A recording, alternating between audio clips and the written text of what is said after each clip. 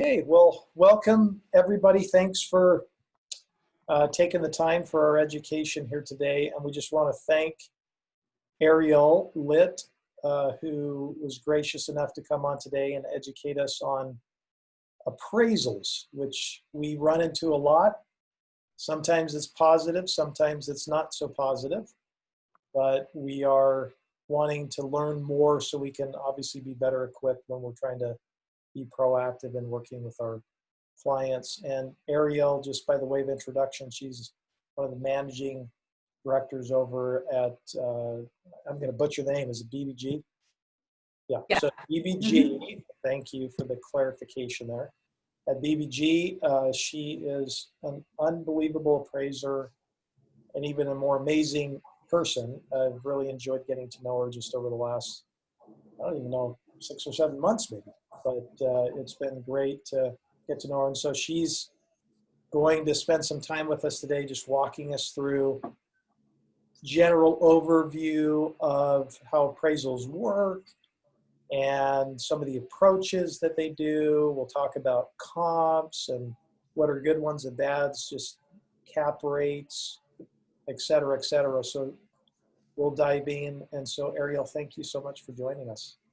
You're welcome. Thank you for asking me to be part of this. I'm really looking forward to just educating you guys just on a little bit more of what we do, because I think it gets a little overseen sometimes.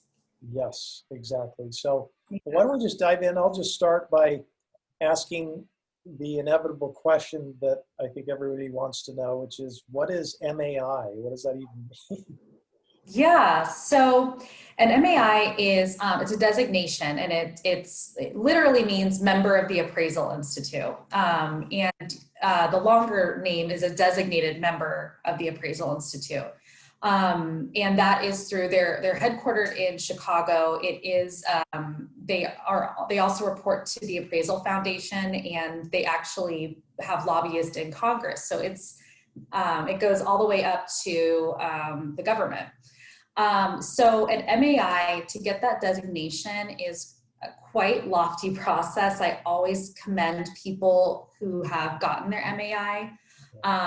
Besides having your certified general license through the Appraisal Institute, the MAI requires additional education, and they are some pretty lofty classes. I've taken one, and it was enough for me to understand why it takes people sometimes 5 to 7 years to get it.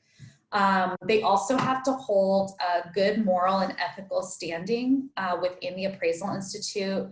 And they, at the end of completing all of their coursework and exams, they have to provide a demonstration of knowledge, or as they call a demo report, which is really, for lack of a better explanation, an appraisal on steroids. It's just very in-depth highest and best use analysis, very in-depth comp research analysis, and then that goes in for review. So that process can take quite a long time. So like I said, anybody who has that designation, I really commend them for it. It is quite the task to get that. Awesome. Yeah, sounds like a lot of work and something I'm not going to do. Yeah, right. Yeah. So walk us through the architecture of the 3 approaches that generally we're going to see when we're doing an appraisal. Sure. So there are 3 approaches to achieve value. You have your cost approach, your sales comparison approach, and your income capitalization approach. The cost approach is most used for anything proposed, if it was recently constructed in the middle of construction.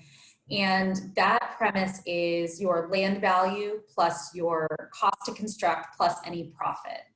And we also use that approach to test feasibility if it's a feasible project within your highest and best use. So, for example, if your cost to build something is more than the rents that you can get or what you can sell it for, it's not financially feasible to do that. So that's one approach that we use to test value.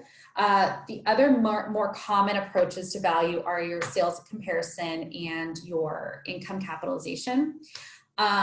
Your sales comparison approach is based on the principle of substitution, which is basically what would a prudent buyer pay for a property that has the same design, utility, and use.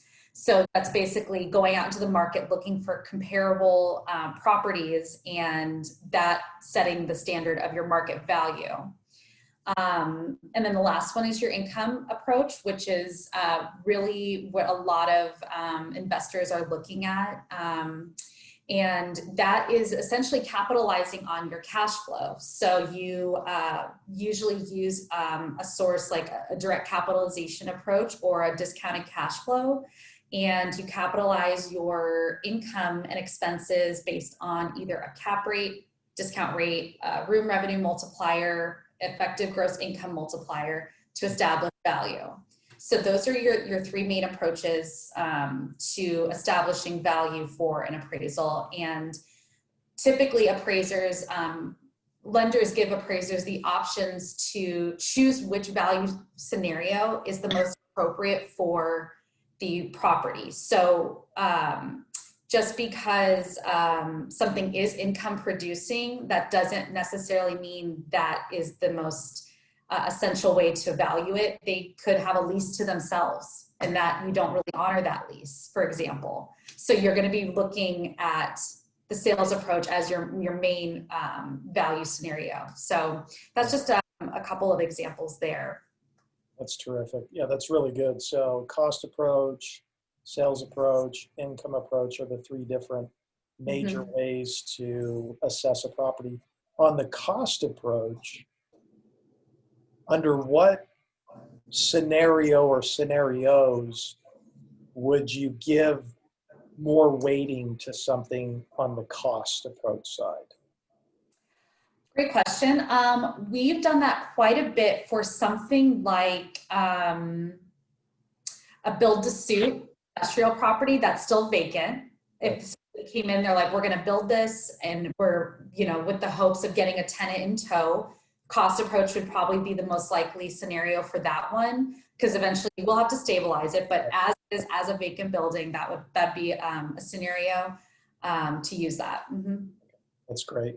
And then on the cost approach side, so if I'm a developer and I come in and they say, okay, here's my cost to build. So let's just say that it's going to cost me $3 million to build the building. Do you, from an appraisal perspective, how much weighting to give to my budget versus, I've heard that they use a standard across the country for, I can't even, what's the name of it again? It's Marshall and Swift. Okay, so Marshall and Swift. So what's the balancing act there? How do you determine what you use? Sure. Yeah, so Marshall and Swift is used again as a test of reasonableness, and the assumption is always that the developer is a knowledgeable developer and knows what the costs are to build something. So you're really testing it against Marshall and Swift.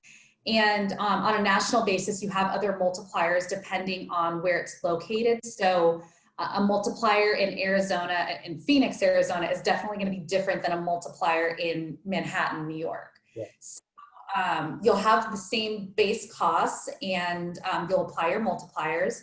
And then what we do is, for your building as the example, we'll take that $3 million and take out any profit or any land costs, and then we'll measure that against Marshall and Swift. There have been instances, actually just recently I appraised a proposed hotel, and the developer's costs were well below Marshall and Swift, and I couldn't figure out why, and came to find out that this developer was using a new technology to build. There was more efficiencies to how they were building it, and there were even the labor, there was all these different efficiencies, so it cut their cost by something like 70%. It was still a very new construction or way to construct. So this lender in particular was like, well, since this isn't anything to be measured, we're going to use Marshall and Swift. And so it's things like that that you kind of have to, there's a little bit of some research that can become involved with a construction budget. Yeah, that's great to know. So, and what do you mean, maybe you could, just for clarification, when you say multiplier, walk us through what that means. Sure. So we can use an example of just a single tenant fast food restaurant. Say that the base cost to construct a 3,000 square foot fast food restaurant is $75. Okay. That's just for your basic materials to actually construct it. The multipliers are used as a way to determine the additional cost to bring in the materials, or if that area has certain taxes or permits, kind of the indirect costs associated to it. So, something like I said, like New York City, where there might be some extenuating items that would go into building something, their multiplier might be 1.5, which in Arizona and Phoenix, because we don't have those things, ours might just be 0.94. So, in California typically has a higher multiplier. Same with Texas. There's just certain states, because of how they are structured, they just have higher multipliers. Yeah, so there's these additional things based upon the geographic region that's going to move it above or below the break even or multiplier. That's correct. And then they also add other multipliers like your floor area ratio, if it goes over a certain amount, or the height. So anything over 3 stories, you have to add a multiplier to that. So there's just different ways that they are accounting for the construction over the base cost. That's great. Well, before I move to the next question I have on maybe the comm side, does anybody have any questions on the cost side of it that they want to get some clarity from Ariel at all? One question I've got on the cost side, when we provide like a budget, like a cost to build for a development, and there's things in there that are like non-tangible, really, like developer costs or architecture fees, things like that. How do you guys look at that? Obviously, I mean, you need to pay an architect to design a building, but if you go to the most expensive architect in town, it's not really going to add value versus the middle of the road guy. Do those costs actually find a way in, or do they just get thrown out? Yeah, that's a great question. So in the cost approach, you have what are called hard costs and soft costs. Hard costs are the actual materials to build the building, the site work, all of those things. And then the soft costs, like you mentioned, which is your architect fee, your appraisal, engineering studies, those are also added in. We usually have a scale of how much we account for soft costs, and we usually use about a 10 to 15% of the direct hard costs. So in the $3 million building, if $2 million of that is actual hard cost to build it, we would take 10% to account for the soft costs. And again, it's a scaling number. So anywhere from 10 to 15% is considered those architecture fees, engineering studies, appraisal fees, anything like that, fees to the city. Okay, so they do essentially get factored into the value. Yes. Okay. Yeah. Okay. A good way to look at it is if you have, we take our direct hard costs, then we add in the site costs, which is just getting the site ready, and then we take in our soft costs. So we have those 3 items that we look at that all get factored into the actual construction of the building. Okay. Thanks. And another point, I've been involved with, I have a piece of land right now and it's entitled and has plans to it. And we've actually had potential buyers want the plans, so they are of value. So yes, there's a lot of costs into that, so you can recoup your costs. You might take a little bit of a loss, but at least some of it. So the plans and being entitled and ready to put a shovel in the dirt is a value to a potential suitor. Yeah, absolutely. Entitlement, and that can be a tricky one because it depends on what city it's in. Entitlements in Scottsdale and Paradise Valley are extremely valuable. So they definitely add some value to anybody who owns the land. If they wanted to get out of it, they can absolutely get a profit on that land. You probably can't say because it's NDA'd, but can I guess, was it Katera that's doing the hotel? No. Okay. Nope. They wouldn't be the developer, but they would be the everything else. It's funny, I had asked the developer about that, and it's something that's even newer than how it's not modular building. It's Oh, really? yeah, I had never heard about it. I had to do some research on it. So it was Nice. one, yeah. All right, well, let's move on to the next approach. So on the sales comp, how do you, I mean, what's the methodology for trying to do a sales comp approach? How are you going to tackle that when you're looking at doing that? Sure. So do you mean in the sense of how we search for sales, or Yeah, so yeah, let me flush that out. So if we're doing a sales comp approach, are you saying it has to be within the last 6 months, or it has to be within a certain geographic area for us to really give credence to it? What's the valuation process that they go through and say, this is how we can get to legitimacy on sales comps?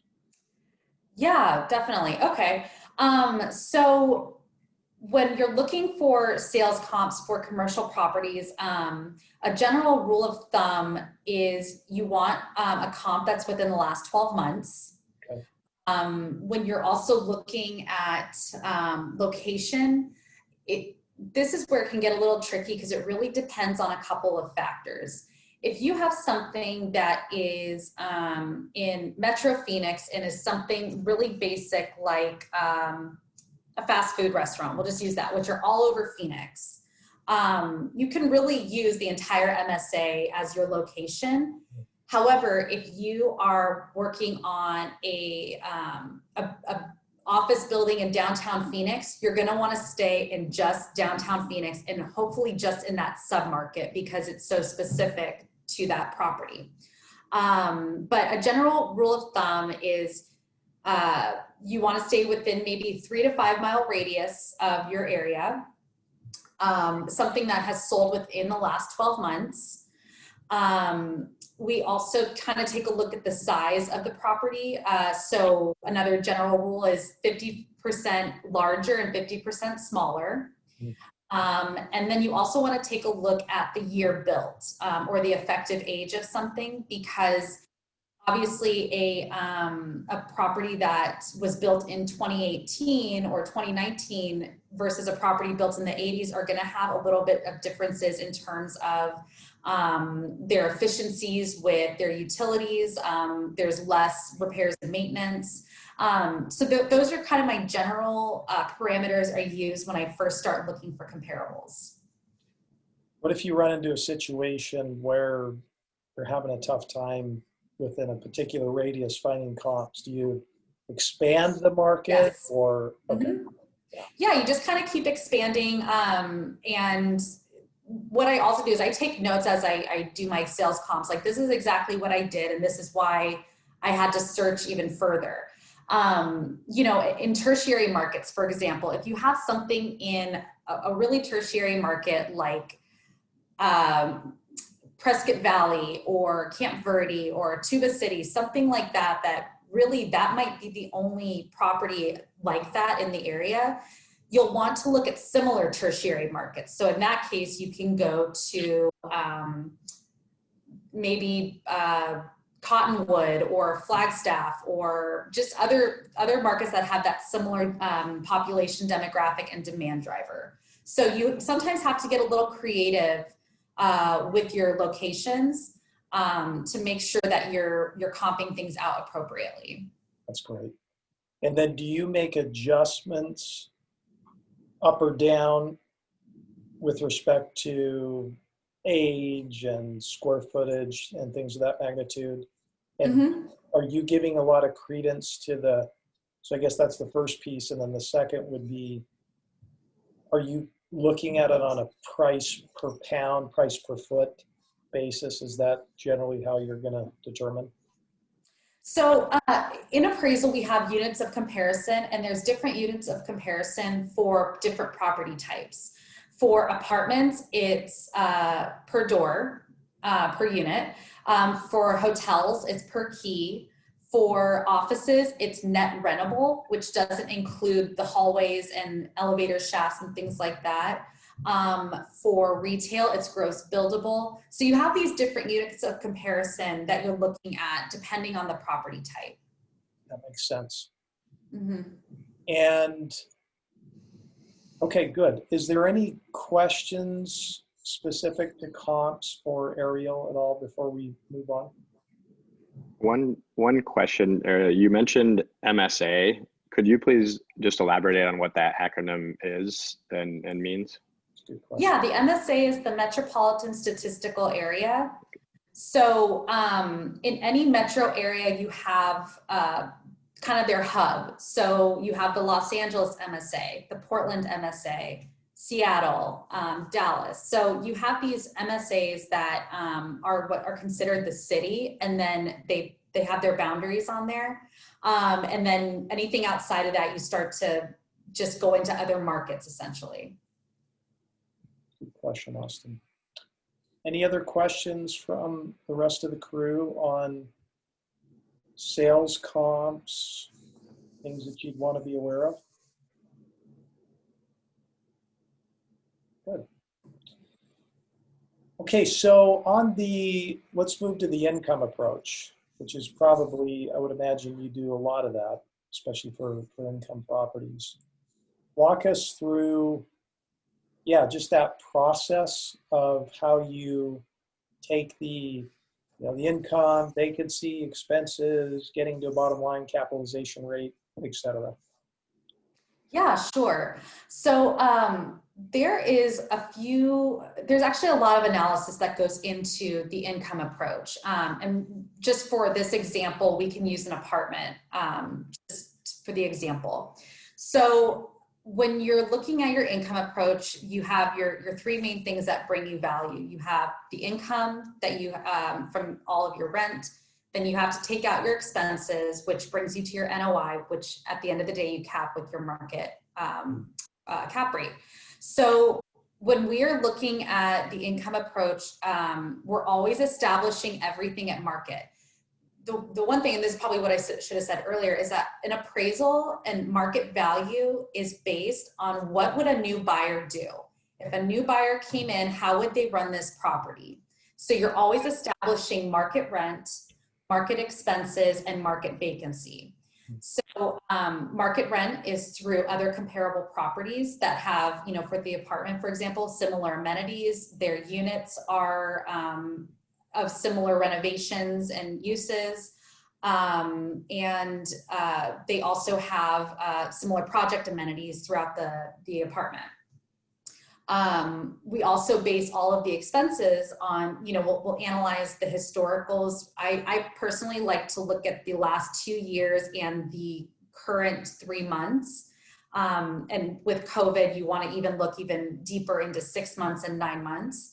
And then we actually, we compare those to other expense comparables and IREM data, which takes national data of similar apartments and how those are run. And then we, using the sales, that's how we establish a market cap rate. So you're really analyzing 3 different components of your income, your expenses, and your cap rate to determine your value at the end of the day.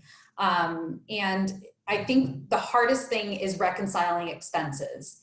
That can be a real tough one because operators sometimes run their properties really, really lean because they don't have a manager or their payroll costs are really low.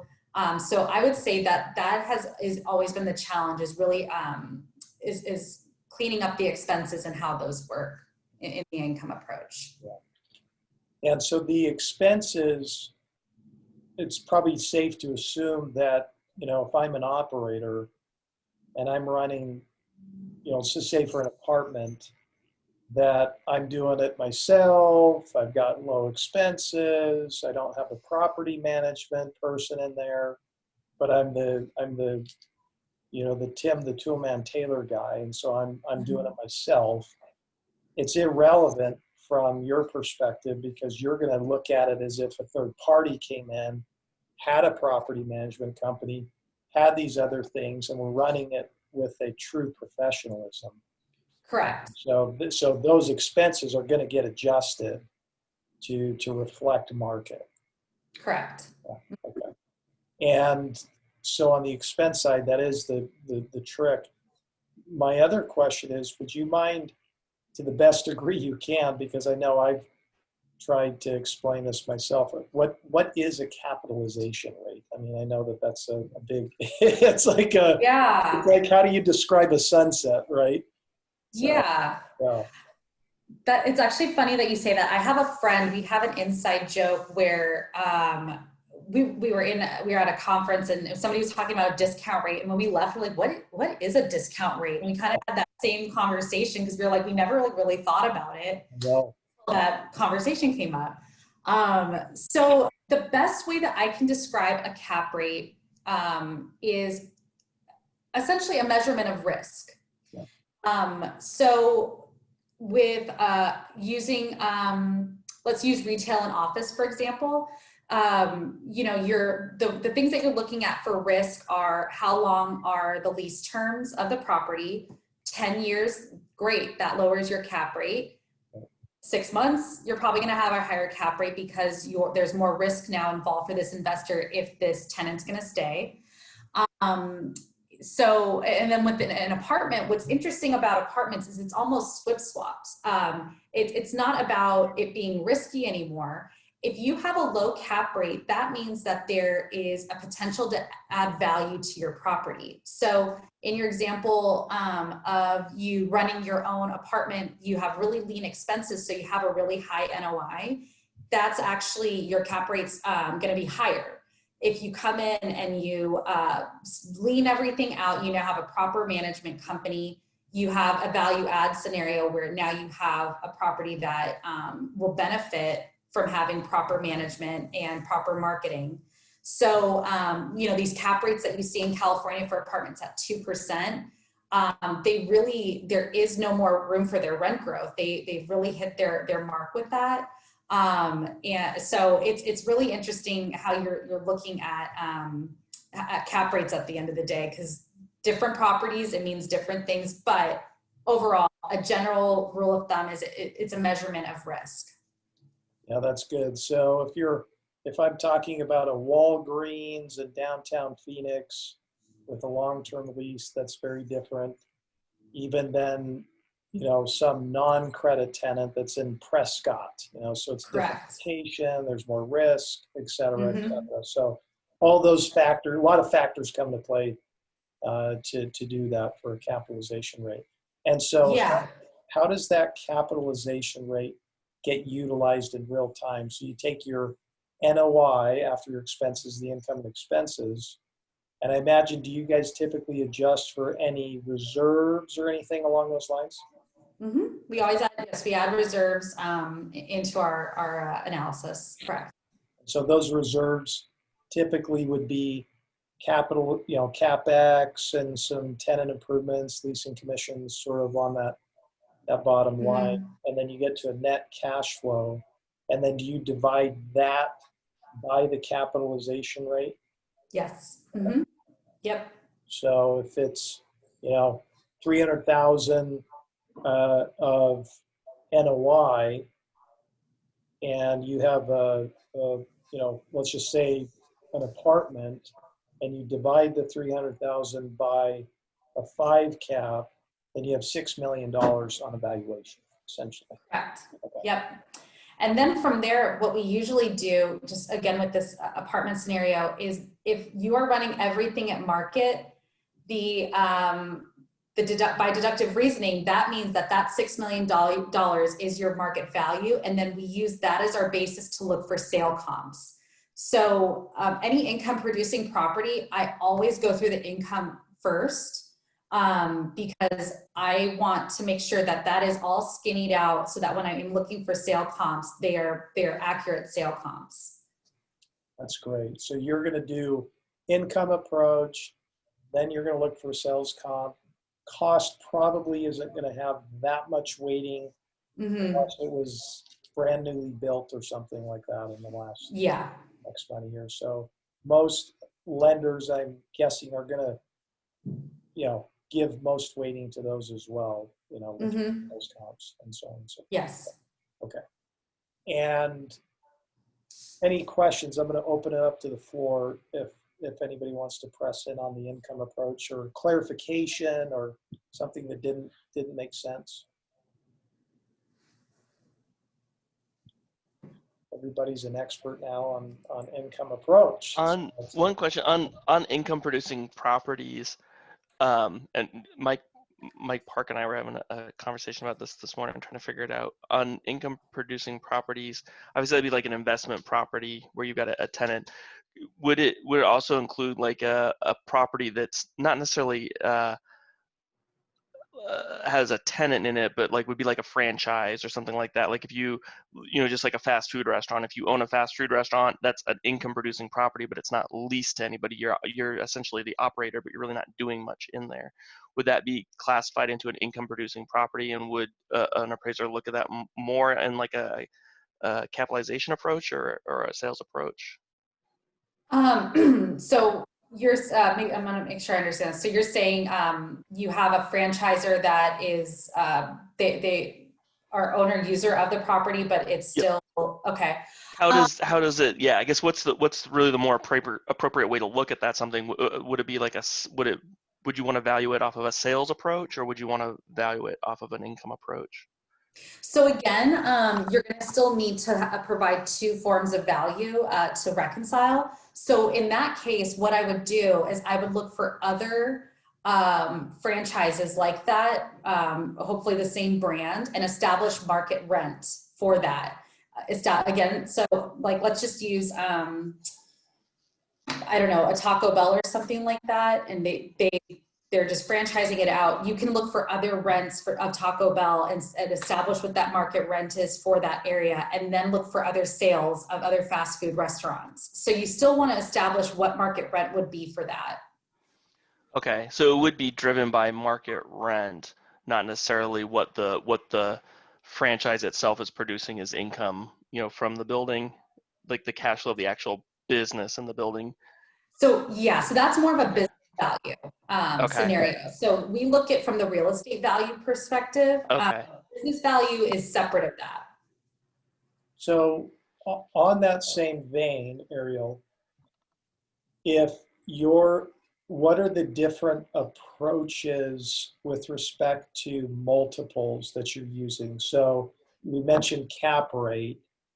Do you use anything else besides that to determine your values, discount rate, anything that we're not privy to? Sure.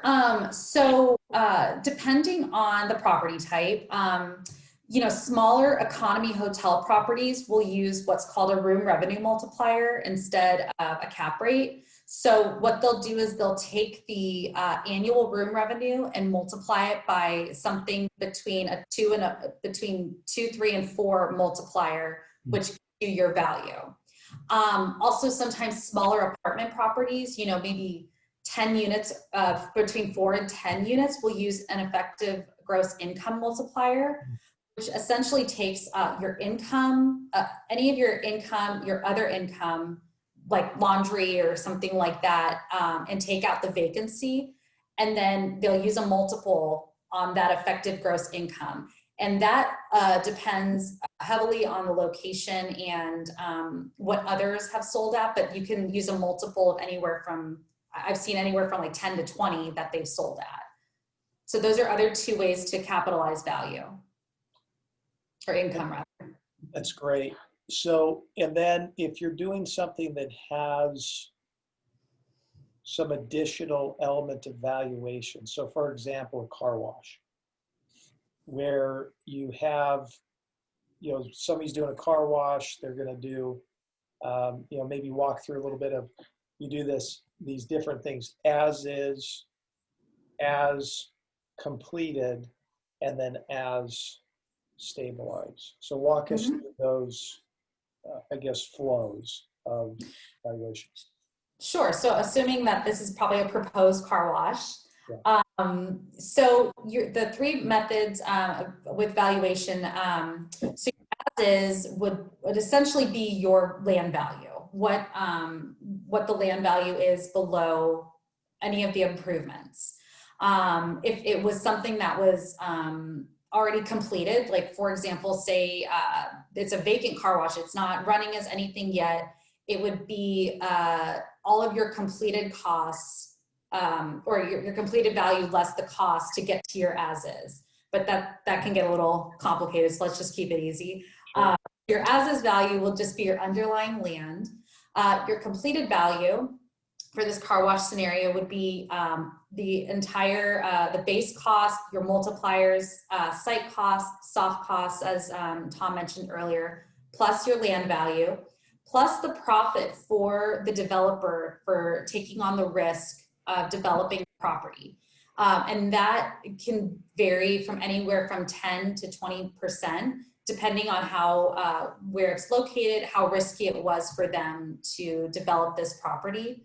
And then from there, your stabilized value will be, establishing your market rent, your sales, which are all stabilized properties, or it could be the cost approach plus all your lease up costs. So that would be downtime for the rent loss, downtime for losing costs on expenses such as your real estate taxes or your insurance or just general utilities, just to make sure that the property doesn't go into any deferment.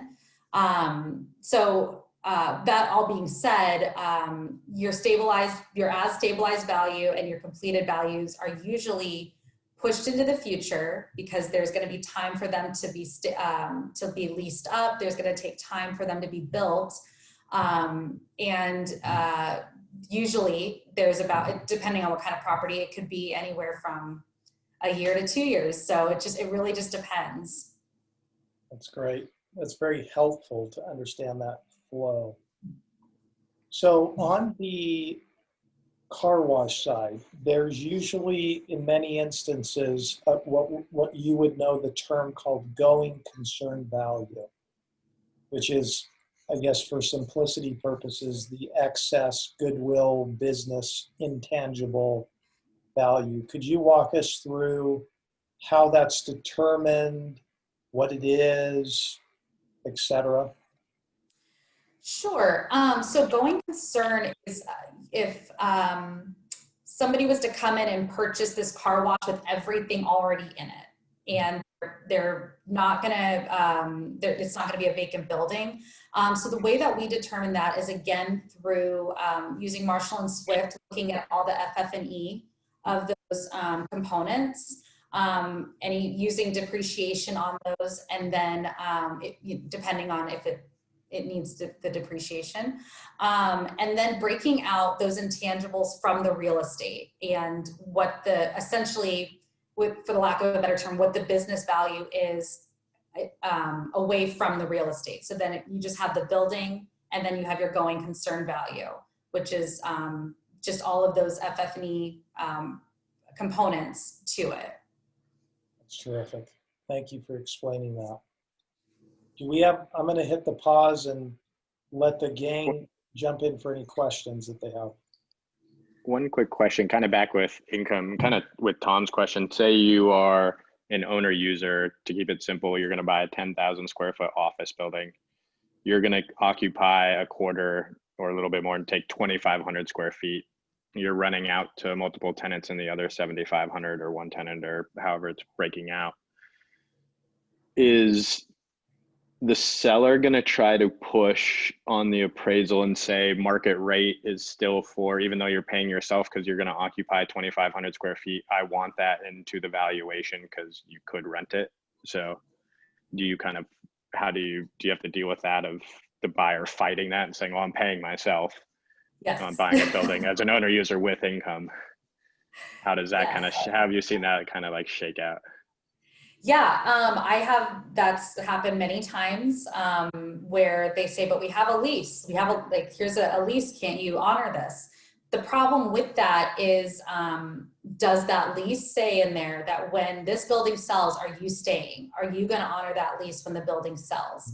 So the way that, we've kind of done it both ways. I've had, and this is really what their parameters are. I've had a lender say, okay, we're going to make the assumption, we'll make an extraordinary assumption based on what their lease said, that they will honor their lease and they will stay, and we will capitalize their income from their own lease.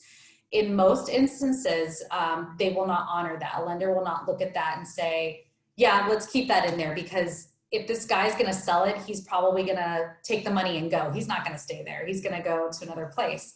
So in that case, we still just establish market rent for that 2,500 square foot space. And, we'll obviously notate that this is being occupied by the owner user, but if a new buyer came in, they would lease this at market. It's good. Good question. Anybody else have any other questions? Lana and Dan, are you tracking with this? It's making some sense. I know there's a lot to digest. There is a lot to digest. I'm gonna probably listen to the video over again a few times. That's okay. And Lana, you can always call me if you have questions. I don't mind helping. Oh, thank you. I appreciate that. Yeah, you're welcome.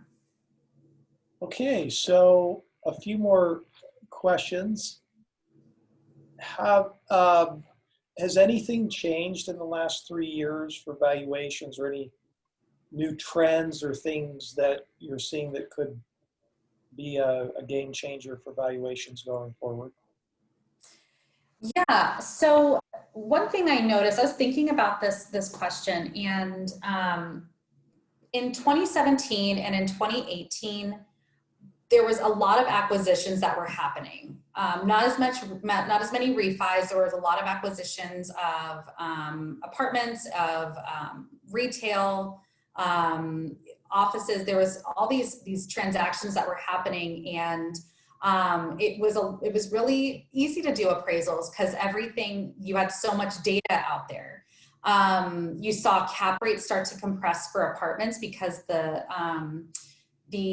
supply for any value add was really diminishing. So you saw this influx of people go to Tucson to find some value add. You saw that newer industrial buildings were being built in the Southwest Valley.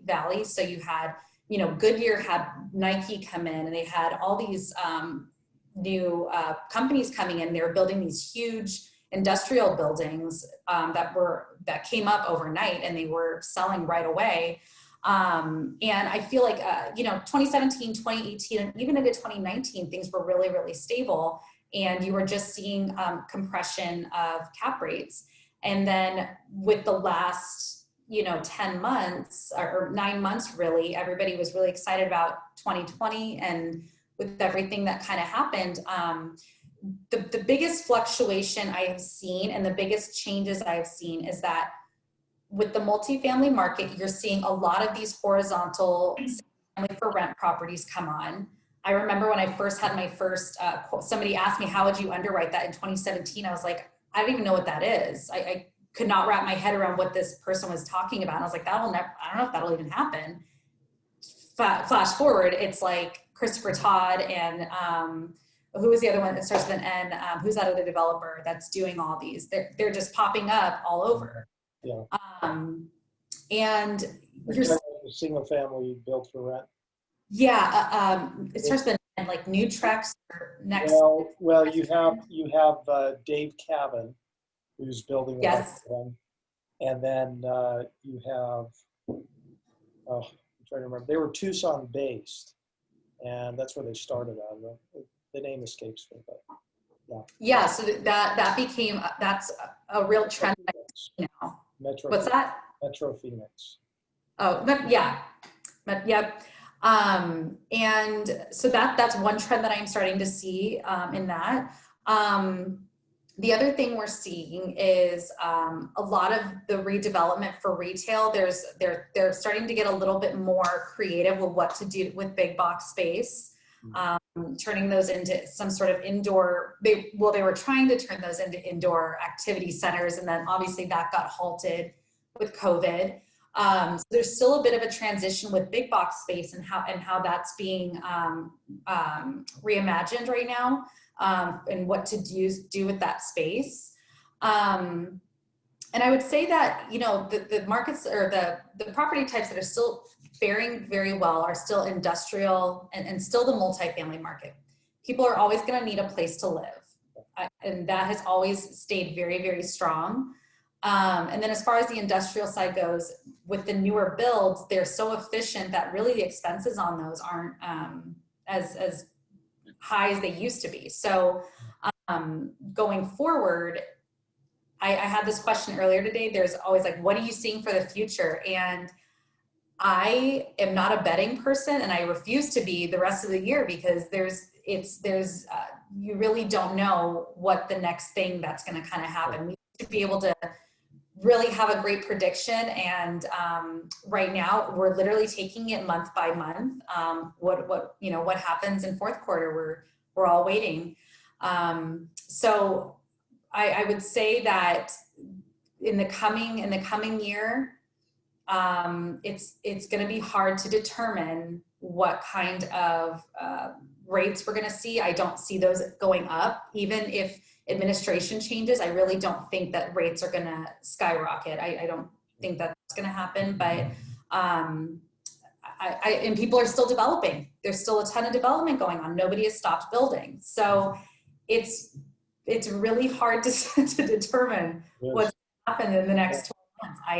That's a very honest answer. I have no idea. No, it's good. Neither do any of us or anybody else out there. So it's a fair assessment. So that's good. So how can we, as we land the plane on this topic, how can we, as a firm, as individuals that are coming in, how can we best be prepared when working with an appraiser? What things do you want to see to help you better do your job that we can bring to the table that would be helpful? That's a great question, Dave. So the thing that I think sometimes gets lost in the appraisal process is we really rely on the mortgage broker or the lender or anybody who is listed as the property contact for data. When we send out our data requests, those are really important things for us to have. Operating statements, if you can get those from your borrower, get as much as you can on the operating statements. And make sure they're as current as possible, like, you know, within the last month or so, if they can. Same with rent rolls. You want the most recent rent roll that you have, which is showing your current, you know, rent bumps or any kind of fluctuations, turnover. We also love to look at if you do have a prior phase one. Some companies do and some borrowers do, some don't. It's not detrimental, but for things like gas stations and car washes, those are very important for us to have. And even if, and borrowers sometimes get really, and even lenders get some kind of weary when we ask for a prior appraisal or a market study. It's not so that we can copy the work. The reason we ask for those kinds of things is because sometimes it actually helps us tell the story about what's going on with a property. For example, right now I have a hotel that was appraised a year ago, and there was a lot of moving parts that was happening with the ownership, with the flag, with the expenses. And now all the information I have, had I not known all that, this would not have made sense to me. So that's why we ask for those kinds of things. And we're also pretty open to, if you are, you know, you're giving us all this information and you said, hey, Ariel, I actually pulled some comps too. I'm just going to send them over for you to look at. I would say 9 times out of 10, you guys know what you're doing, and we would probably pull the same comps anyways. But it's always, if you have that kind of information available, we're happy to look at it. Great. That's really helpful. for us just to understand all these elements of the appraisal so we can be better informed. And so we really, we consider you a great partner to work with. And so we're just really thankful that you took the time to educate us today. And so before we land the plane here, does anybody have a parting question before we end it here with Ariel? As a firm on our side, sometimes we don't have control too much of pushing someone to choose the appraiser, right? How can we help facilitate that for you? If working with a client, because sometimes the lender just goes out, right? So how can we kind of help you on that side if we're working for someone? Yeah, absolutely. So, Get you involved. yeah, banks can be a little tricky because they all work on a blind bidding system. And Dave and I have had this conversation about whether or not we have been approved by a certain bank, and most likely the answer is yes. Any local banks usually. So that's kind of one of those things where the process can be. It's really just a blind bidding system, and you're just hoping that your turn time and your fee is commiserate with what other people are doing.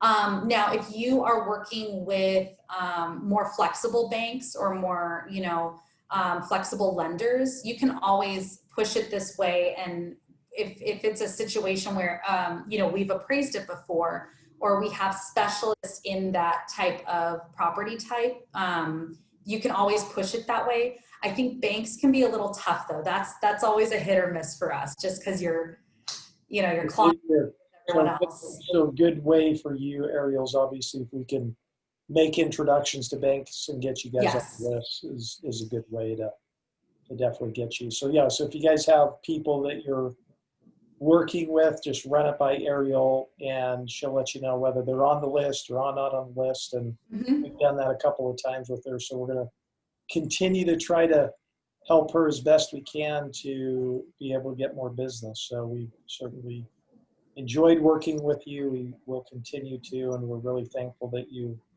took your time and gave us some new things to think about today. So you're welcome. And Dave, feel free to share my information with your group. I get a lot of underwriting questions all the time from mortgage brokers and lenders. So I'm happy to answer questions that you have and scenarios because we all have questions about it. Yes, we do. Well, I have one more quick with that, if that's okay. What about a different region? Are you guys just Phoenix or Arizona, or do you have other offices that you could refer to if it's, say, we're dealing with someone in the Midwest or something? Sure, absolutely. So BBG is actually headquartered in Dallas. We have almost 40 offices nationally. I work in the Southwest region, and I'm also licensed up in the Pacific Northwest, so also Oregon and Washington and California. If you have a property in the Midwest, if you name a metro market, we have an office there. So I'm happy to put you in touch with that office to figure out what's going on there, to find comps, all that. Everyone is really, really helpful with that. Yeah, they're great. It's nationwide. They're very good. Ariel's obviously terrific.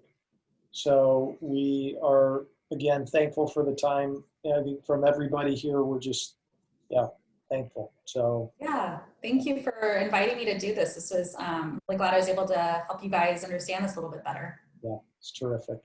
Well, thanks for coming, and everybody, thanks for joining us for our IC education today. Thank you, Ariel.